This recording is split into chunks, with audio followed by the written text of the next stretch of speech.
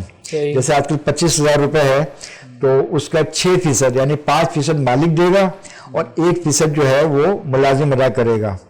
تو ایک زمانے میں تو ملازم کا کوئی حصہ نہیں تھا، لیکن سن 2001 میں یہ طے کیا گیا جو ملازمین میں ان میں احساس شراکت بیدار کیے جائے کہ بھئی ہم بھی یہ ہمارے لیے ہے، تو ان کا پھر 1% جو ہے کنٹریبیوشن مقرر کیا گیا. تو وہ ان سے وصول کیا جاتا ہے اور وصول کرنے کے بعد اس کی پھر انویسٹمنٹ کی جاتی ہے. اس سے پینشن فنڈ جو ہے نا وہ گروتھ ہوتا ہے. اس کے بعد پھر شرائط ہیں، جیسے 15 سال کی اس کی رجسٹریشن ہو. جیسے آپ انشورنس کراتے ہیں تو آپ کو پتہ ہے انشورنس پالیسی میں آپ کی عمر، آپ کا پریمیم اور آپ کی ٹرم، اس کی بنیاد پہ پھر آپ کو پالیسی کے فوائد ملتے ہیں. تو یہ بیسیکلی سوشل میڈیکل بھی ہوتا ہے، لازمی سوشل انشورنس ہے، ٹھیک ہے جی، لیکن UBI میں میڈیکل نہیں ہے. تو اس کے بعد جب وہ 15 سال کی اس کی مدت ہو جاتی ہے تو جو لوگ رجسٹرڈ UBI میں ہوتے ہیں انہیں ہم کہتے ہیں بیمہ دار فرد، انشورڈ پرسن. صحیح ہے، جس کا تعلق لیبر سے نہیں ہے. اس میں آپ کو ایک چپراسی سے لے کر اور مینیجریل پوسٹ تک کے لوگ اس میں آتے ہیں. تو وہ پھر ان کو 15 سال کا جو کم از کم ان کا رجسٹریشن ہے اور اس میں 15 سال کے کنٹریبیوشن کی ادائیگی ہو تو پھر ان کو UBI جو ہے 2 طرح کی پینشن دیتا ہے. ایک پینشن جو ہے وہ ہے لانگ ٹرم پینشن، جس کو طویل مدتی پینشن کہتے ہیں. تو وہ 60 سال کی عمر میں ہے old age pension, old age pension 60 سال کی عمر میں. اس کے بعد دوسری پینشن ہے اگر وہ کام کے دوران معذور ہو جاتا ہے، ٹھیک ہے جی، اور اس کا اگر میڈیکل رپورٹ میں ثابت ہو جائے وہ کام کرنے کے قابل نہیں ہے تو اس کو معذوری پینشن شروع ہو جاتی ہے. اس میں 60 سال کی شرط نہیں ہے. اور یہی پینشن آگے جا کے 60 سال کی عمر میں یہ تبدیل ہو جاتی ہے اولڈ ایج پینشن میں. تمام ڈبل ہو جاتی ہے پھر 60 سال کے بعد، اس کا نام چینج ہو جاتا ہے. جی ہاں، لیکن پینشن ملتی رہتی ہے، پینشن تا حیات ملتی ہے. تیسری بات یہ ہے کہ ایک پینشن ہوتی ہے اگر انشورڈ پرسن کی وفات ہو جائے، اس میں صرف 36 مہینے کی اس کی اگر کنٹریبیوشن ہو، صرف 3 سال کا، تو اس کی جو شریک حیات ہے، شریک حیات ہم یوں کہتے ہیں کہ اگر مرد کام کرنے والا ہے تو اس کی جو بیوہ ہے اسے ہم شریک حیات کہتے ہیں. اگر خاتون کام کرنے والی ہے اس کا جو شوہر ہے شریک حیات، اسپاؤس، انگریزی میں اسپاؤس، لیکن اردو میں استعمال کرتا ہوں. وہ پینشن کی تعداد پینشن ملتی ہے پسماندگان پینشن. اور فرض کیجئے اگر کوئی انشورڈ پرسن ہے، اس کی شادی نہیں ہوئی ہے اور اس کی وفات ہو جاتی ہے دوران ملازمت، اس کے والدین کو ایک پینشن ادا کی جاتی ہے، اسے کہتے ہیں اسٹیٹ پینشن یا ریاستی پینشن. وہ ایک محدود پینشن ہے، وہ ٹوکن ہے ریاست کا کہ 5 سال تک اس کے والدین کو پینشن ادا کی جائے گی. تو یہ بہت اچھی اسکیم تھی، لیکن وقت کے ساتھ ساتھ جو ہمارے ملک میں آپ کو پتہ ہے مختلف حکومتیں آتی ہیں اپنے ایجنڈے کے تحت. اس ایجنڈے کے تحت یہ ہوا کہ یہ جو بھٹو صاحب نے ایک پودا لگایا تھا UBI کا، وہ اس وقت جو ہے بڑا تناور درخت بن چکا ہے.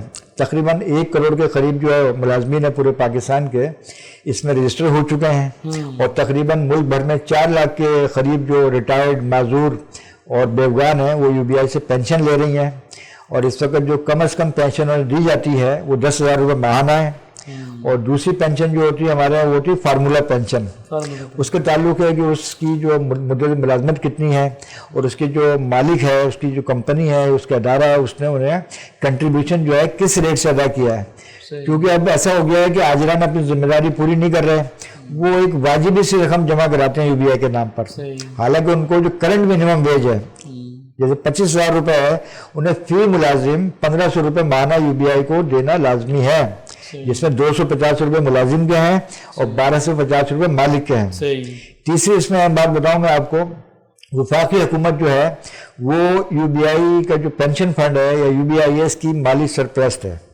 تو فیڈرل گورنمنٹ، جی ہاں، تو قانون کی ایک شق ہے آپ کی 38C، وہ حکومت پاکستان کو اس بات کا پابند کرتی ہے کہ وہ لوگوں کو روزگار اور لوگوں کو ناگزیر صورتحال میں یعنی بے روزگاری میں، بیماری میں، بڑھاپے میں ان کو پینشن یقینی بنائے گی. اس کے تحت جو ہے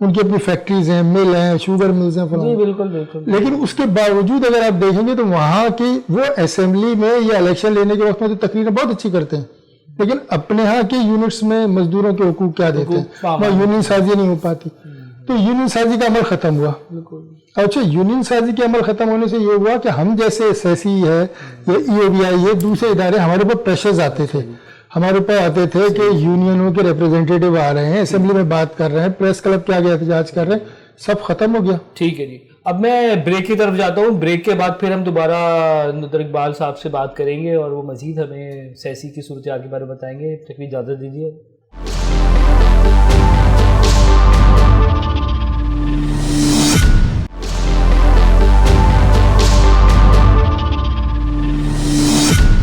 چلیے جی, اب اپنے پروگرام کے دوسرے سیگمنٹ میں جاتا ہوں اور ندر اقبال صاحب سے میں کہتا ہوں کہ جناب جہاں سے ہمارا سلسلہ منقطع ہو دوبارہ وہیں سے اب شروع کریں اور بتائیں ذرا کہ کیا صورتحال ہے اس وقت. تو جیسے میں نے عرض کیا آپ سے کہ یونین سازی کا عمل ختم ہوا. یونینوں کا عمل ختم ہونے سے, عمل دخل ختم ہونے سے ان اداروں میں جہاں مزدوروں کے لیے جو ادارے تھے, تو ہمارے اداروں میں خردر و پودے بھرنے شروع ہو گئے. یہ وہ لوگ تھے جو کہ اپنے مفاد کو کسی بھی مفاد کے اوپر ترجیح دیتے ہیں.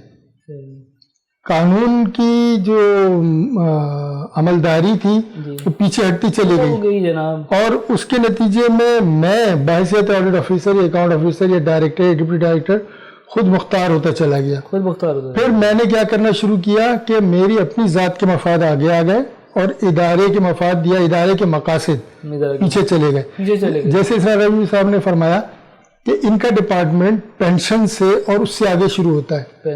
ہمارا ڈپارٹمنٹ جو سیسی ہے وہ روز اول سے مزدور کے ساتھ ہوتا ہے. روز اول سے مثلاً یہ کہ اگر آپ اس وقت کے حالات دیکھیں, لگ رہا ہے کہ ابھی آج کل نہیں ہے آپ کا میں ابھی آپ کو بتاتا ہوں اس کے سلسلے میں. وہ مزدور کے ساتھ نہیں ہے بلکہ اینٹی مزدور ہو گیا ہے, مزدور کے خلاف کام ہو رہا ہے کہ ان کے فنڈ جو ہیں وہ غضب کر لیے جاتے ہیں اور 80% یعنی کہ 80% سیسی کا جو کنٹریبیوشن ہوتا ہے مزدوروں کا وہ سب تنخواہوں کی مد میں اور انتظامی اخراجات میں چلا جاتا ہے. میں آپ کی بات سے قطعاً اختلاف نہیں کروں گا اور اگر ممکن ہوا تو میں تھوڑی سی اس کو آپ کو تفصیل سے بھی بتاؤں گا.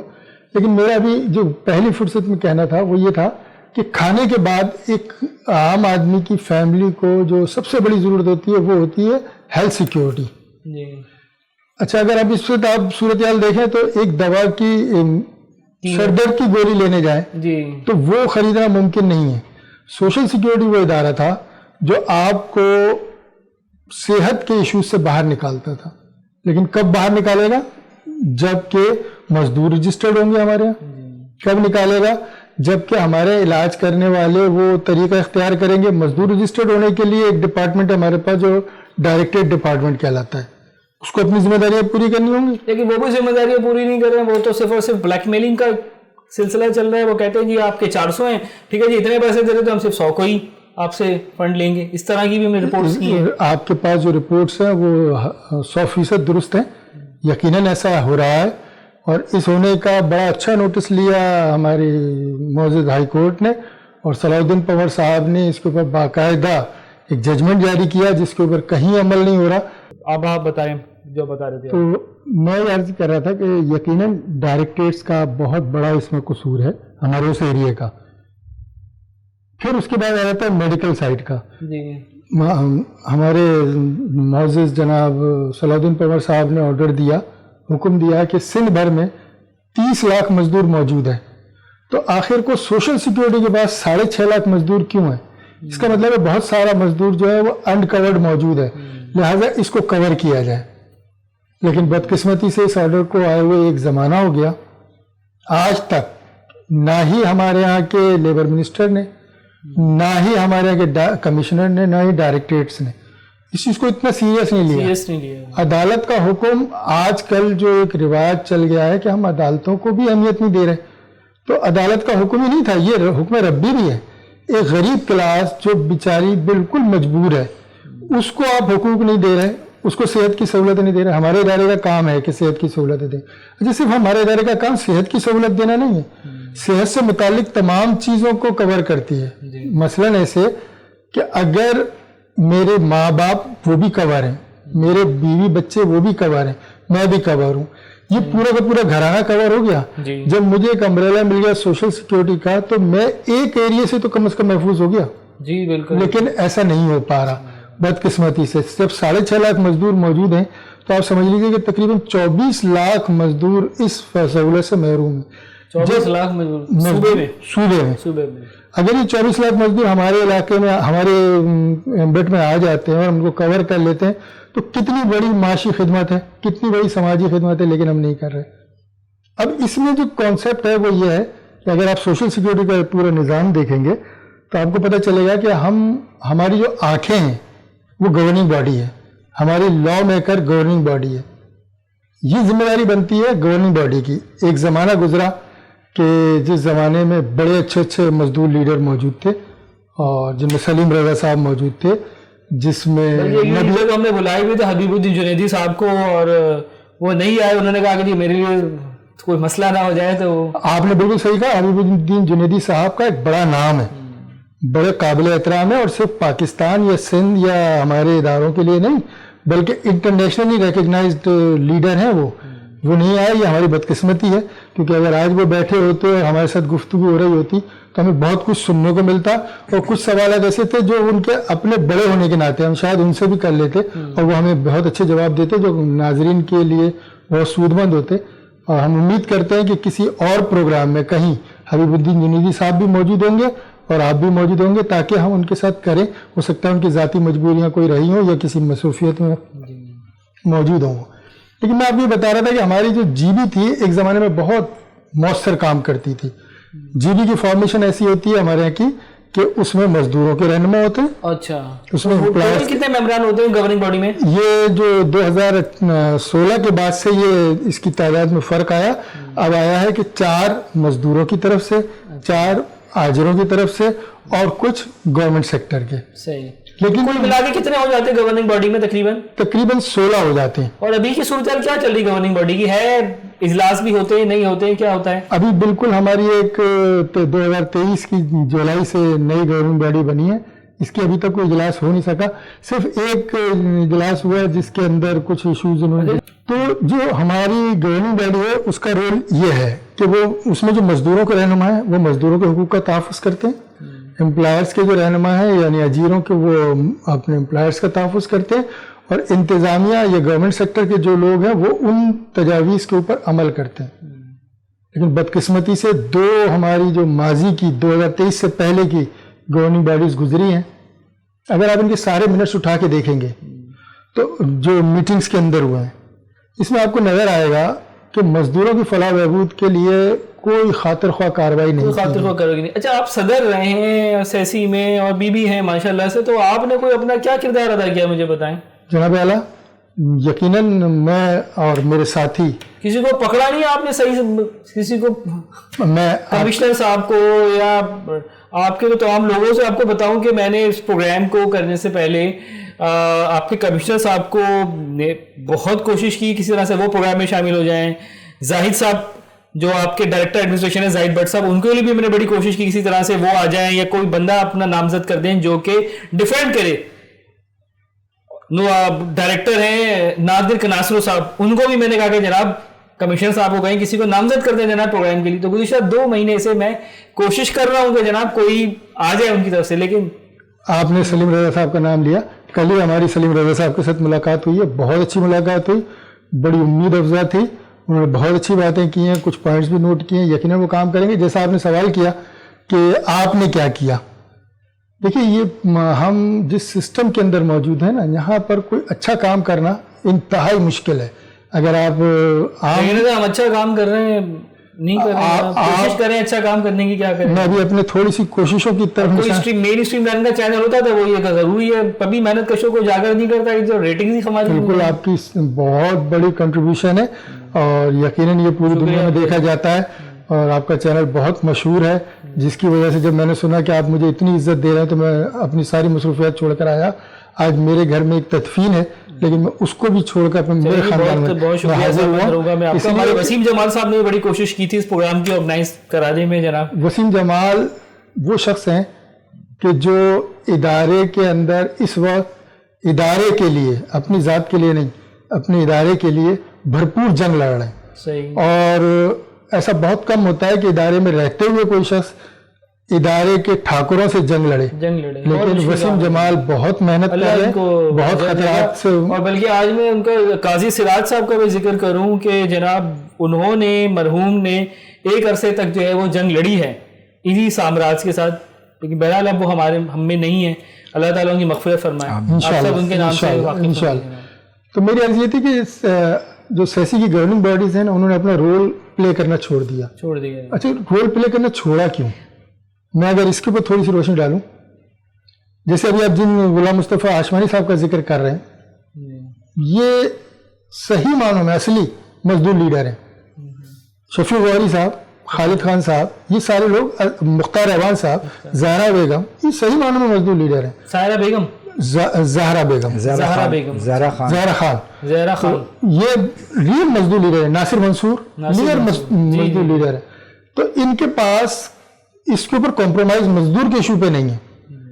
لیکن جب آرٹیفیشل مزدور لیڈر آئیں گے, خود ساختہ قسم کے مزدور لیڈر بن کے آئیں گے, تو وہ تو مزدوروں کے مسائل کو سمجھتے ہی نہیں. بالکل, جب مسائل کو نہیں سمجھتے تو بات کیا کریں گے. اسی طرح سے ہماری جو گزشتہ 2 GB رہی ہیں ان میں ایسے مزدور لیڈر آئے جن کا مزدوروں سے حقیقی تعلق نہیں تھا. تو پھر حکومت کس طرح سے ان کو, یہ حکومت خود اپنی طرف سے ان کو لیڈر بنا کے گورننگ باڈی کے ممبر بنا لیتی ہے کیا؟ اس طرح یہاں پر سسٹم رن کرتا ہے. سسٹم ایسے رن کرتا ہے کہ وہ ایک شخص کو خود لیڈر بناتا ہے جعلی پیپرز کے ذریعے. آگے کوئی چیک اینڈ بیلنس نہیں ہوتا. جن ڈپارٹمنٹس کو ان پیپرز کو چیک کرنا ہوتا ہے وہ چیک نہیں کرتے.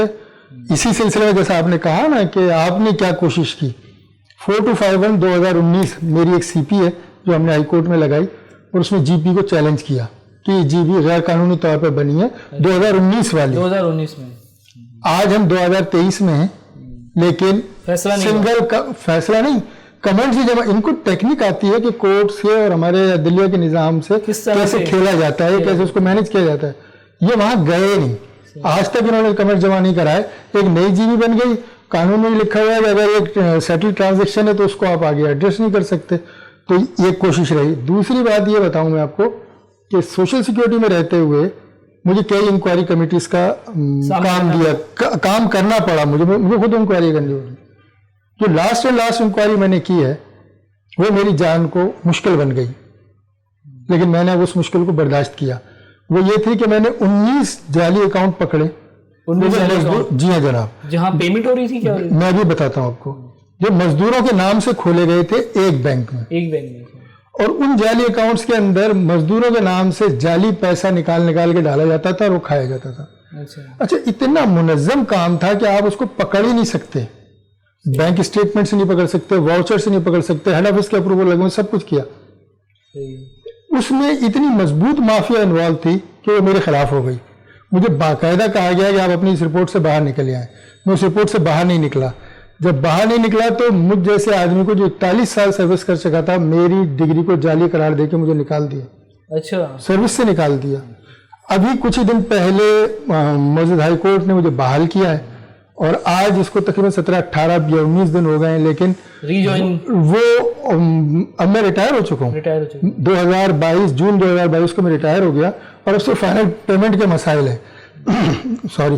لیکن اس کے باوجود کیونکہ مجھے سزا دینی ہے, مجھے یہ بتانا ہے کہ اگر تم اس سسٹم کے خلاف جاتے ہو تو کیا ہوگا. کیونکہ اگر مجھے مراد دے دی گئی تو کوئی اور آدمی بھی کھڑا ہوگا, تو ان کو یہ بتانا ہے کہ دیکھو بلند اقبال بنا دیے جاؤ گے اگر تم نے سسٹم کے خلاف گئے.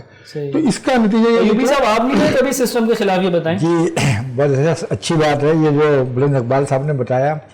اگر آپ اس کو غور کریں نا, ایک پورا ایک لفظ ہے سندھ میں سسٹم کے نام سے نا, اس کا مطلب ہے کہ تمام اداروں کو, تمام جو فلاحی ادارے مزدوروں کے نا, اس کو انہوں نے اصل میں یرغمال بنا لیا ہے. ایڈمنسٹریشن کی شکل میں کی پوسٹوں پر تعیناتی کرا کر. یہ جو ان کے اندر گورننگ باڈی ہمارے یہاں بورڈ آف ٹرسٹیز ہے. بورڈ آف ٹرسٹیز کی قانون میں 2 برس کی مدت ہے, لیکن UBI میں جو بورڈ آف ٹرسٹیز ہے نا موجودہ 2013 سے برائے زمان ہے. اب آپ بتائیے. اچھا, اب یہ گورنمنٹ ہے صوبائی یا وفاقی بیوروکریسی, تو یہ اصل میں قانون کی پاسداری تو کرتا نہیں ہے. یہ ایسے لوگوں کو لاتے ہیں جو ان کے سمجھیے چہیتے سمجھیے, ان کے فیور کے لوگ سمجھیے, ان سے کام لینے ہوتے ہیں, کیونکہ یہ بیک بون ہوتے ہیں governing body board of trustees, یہ پالیسی ساز ادارے ہیں. بالکل. اچھا, دوسری بات یہ ہے جو آپ نے کہا, تو ابھی ہم یو بی آئی کی طرف تھوڑا سا پلٹ ہے. تو ایک ہوتا ہے جناب قانونی جدوجہد, ایک ہوتی ہے قلمی جہاد, اور ایک میں آپ کے سامنے بیٹھا ہوں یہ کلامی جہاد ہے. تو میں چونکہ یو بی آئی میں جو میں یو بی آئی میں بہت عمر گزاری ہے میں نے, تو میں ٹریڈ یونین سے وابستہ رہا, میں جناب علی ویلفیئر کی تنظیم میں ان سے وابستہ رہا, پھر میں میڈیا کا وہاں پر ہیڈ رہا. تو ہم نے کوشش کی کہ ہم جو ہے اس کو دیانتداری سے اپنے فرائض ادا کریں, کسی کے دباؤ میں نہ آئیں. تو بعض تو سزائیں ہوتی ہیں برطرفی کی, ایک سزا ہوتی ہے ایک سزا ہوتی ہے ناپسندیدہ آدمی ٹائپ کا ہوتا ہے نا وہ. تو میں اب 40 سال میں ایک بہت ہی چھوٹے عہدے سے مجھے ریٹائر ہونا پڑا. اگر ہم کمپرومائز کر عہدہ دیکھیں, ذمہ داری تو میڈیا ہیڈ ہے, لیکن عہدہ میرا جو تھا نا ایک سب سے چھوٹا افسر ہوتا ہے اسسٹنٹ ڈائریکٹر, جبکہ میرے جو ساتھ کے لوگ تھے وہ ڈائریکٹر نہیں, وہ جناب ڈپٹی ڈائریکٹر جنرل, پینشن زیادہ ملے گی. اچھا, دوسری بات ہے میں دیکھتا ہوں آج بھی ہمارے دوست ہیں جو دیانتدار لوگ ہیں نا, وہ اس وقت سرکاری ملازمت کرنا ان کے لیے ایسا مشکل ہو گیا ہے کہ ان کو ایسے ایسے دباؤ ڈالے جاتے ہیں, ان کو ایسا تنگ کیا جاتا ہے, یا وہ تو خاموش ہو کے بیٹھ جاتے ہیں. میرے ایک دور کے عزیز ہے, انہوں نے خودکشی کر لی, وہ پی پی ایل میں ملازم تھے, اتنا پریشر تھا کہ اوپر والوں نے کہا تھا کہ یو بی آئی میں جو شب خون مارا گیا نا ماضی میں, یہ بیسیکلی ٹرسٹ ادارہ ہے. یو بی آئی کی جو حیثیت ہے ٹرسٹ ہے, یہ ایگزم انکم ٹیکس سے جو مستثنا ہے. یہ جو پیسہ آتا ہے یہ امانت ہے یو بی آئی کے پاس, لیکن یہاں پر کم سے کم 2 سے 3 مرتبہ شب خون مارا گیا. ایک شب خون مارا گیا سن 2001 میں, 1 ارب 4 کروڑ روپے کا ایک اسکیم ہوا, جس کے نتیجے میں اس وقت کے ایک بہت ہی پاکستان کے معروف سیاستدان اور ایک معروف شخصیت کے بیٹے تھے عمر اصغر خان, وہ سٹنگ وزیر محنت تھے. اچھا, عمر اصغر خان, جی ہاں, اور بہت اللہ تعالیٰ نے بڑے صلاحیت دی تھی. اگر وہ حیات ہوتے تو آج ان کو میرا خیال ہے پاکستانی سیاست میں ان کو اہم مقام ہوتا. ہاں, تو وہ ان کی پروسار موت ہو گئی اور اسے خودکشی کا نام دیا گیا. ایک فائنینشیل ایڈوائزر تھے, بہت ہی لٹریری پڑھے لکھے آدمی, ان کی پروسار موت ہو گئی, پورا خودکشی کر لی. ان میں جو اس وقت کے چیئرمین تھے شیخ برکت اللہ صاحب, جو یو بی آئی میں سمجھیے کہ تقریباً 10 برس تک چیئرمین رہنے کا اعزاز ان کے علاوہ کسی کو حاصل نہیں ہے. ان کو اپنی جان بچانے کے لیے برطانیہ جلا وطن ہونا پڑا. ٹھیک ہے جی. اس میں کہتے ہیں ہمارے محمد سلیم عزیز صاحب, یہ بڑا دیانتدار آدمی اور بڑا ویل کوالیفائڈ آدمی, یعنی آئی بی اے کے گریجویٹ 1967 کے اور ایف سی ہے. ان کو ایڈوانس ان کو انکریمنٹ دے کے یو بی آئی میں لایا گیا تھا. شریف آدمی تھے, دیانتدار آدمی تھے, جو آج بھی بیچارے قسم پور سے, ان کو جناب گن پوائنٹ پر اعتراضی بیان لکھوایا گیا. ابھی مجھے انہوں نے بتایا کہ 22 سال کے بعد وہ برطرف ہو گئے تھے اس زمانے میں, 22 سال کے بعد نیب کورٹ نے ان کو باعزت بری کیا ہے. تو ایسا نشان عبرت بنا دو دیانتدار آدمی کو, یا وہ نور اقبال بن جائے یا محمد سلیم عزیز صاحب بن جائے. اگر آپ موقع دیں گے کبھی محمد سلیم عزیز صاحب کو, ہم آپ کی یہاں پر شو میں ان سے یہ بتائیں گے کہ اس شخص سے کیا گزری ہے. اور وہ ریٹائرمنٹ کے باوجود, چونکہ وہ اکیڈمک آدمی ہیں, پڑھاتے تھے, تو انہوں نے اب وہ ڈاکٹریٹ کر رہے ہیں, پی ایچ ڈی کر رہے ہیں اکنامکس کے سبجیکٹ میں, لیکن ان کے پاس 4 لاکھ روپے نہیں ہے کہ وہ تھیسس کی کاپیاں باہر بھیج سکیں. تو یو بی آئی ایک ٹرسٹ انسٹیٹیوشن, اور یہ تمام جو لوگ ہیں نا بورڈ آف ٹرسٹیز, آپ کا جو چیئر پرسن یا چیئرمین, سارے لوگ یہ سب ٹرسٹی ہیں. یعنی کہ یہ ٹرسٹی کا مطلب کیا ہوتا ہے؟ امین ہے. لیکن میں آپ کو بتاؤں کہ یو بی آئی میں اتنے کورٹ کے آرڈر سب چیزیں موجود ہیں, کچھ ہوا ہے کوئی یو بی آئی میں ایک عوامی جماعت کا جب دور آیا. اچھا, اس عوامی جماعت نے جو یو بی آئی کو بنایا تھا نا, اس عوامی جماعت کی اس میں کرم فرمائیاں بہت ہیں. جی ہاں, بہت لوگ انہوں نے اپائنٹ کرایا. جی, تو وہی تو مسئلہ ہے کہ جناب 400 دیکھیں کہ جناب سیاسی کی بنیاد جو ہے وہ ایک سیاسی جماعت نے رکھی تھی, سوری بنیاد تو نہیں کہہ دیں, کرپشن کی بنیاد ایک سیاسی جماعت نے رکھی تھی کراچی کی. اس کے بعد جو عمارت ہے وہ عمارت جو ہے وہ پیپلز پارٹی نے یو بی آئی پہ بھی نظر تھی. اپنے پروگرام کو اختتام کی طرف لے کر جاتا ہوں اس امید کے ساتھ کہ پاکستان میں اور خصوصاً صوبہ سندھ میں ہمارے جو لیبر ہیں, مزدور ہیں, وہ رجسٹرڈ ہوں گے, ان کے حالات بہتر ہوں گے, اور کسی طرح سے پاکستان کی ترقی میں یہ لوگ اپنا اہم کردار تو ادا کرتے ہی ہیں, لیکن ان لوگوں کے ساتھ بھی ہماری حکومت جو ہے وہ انصاف کرے گی. مجھے اجازت دیجیے گا, انشاءاللہ تعالیٰ اگلے پروگرام میں پھر آپ لوگوں کی خدمت میں حاضر ہوں گا اور کسی اچھے ایشو کے ساتھ. اللہ حافظ.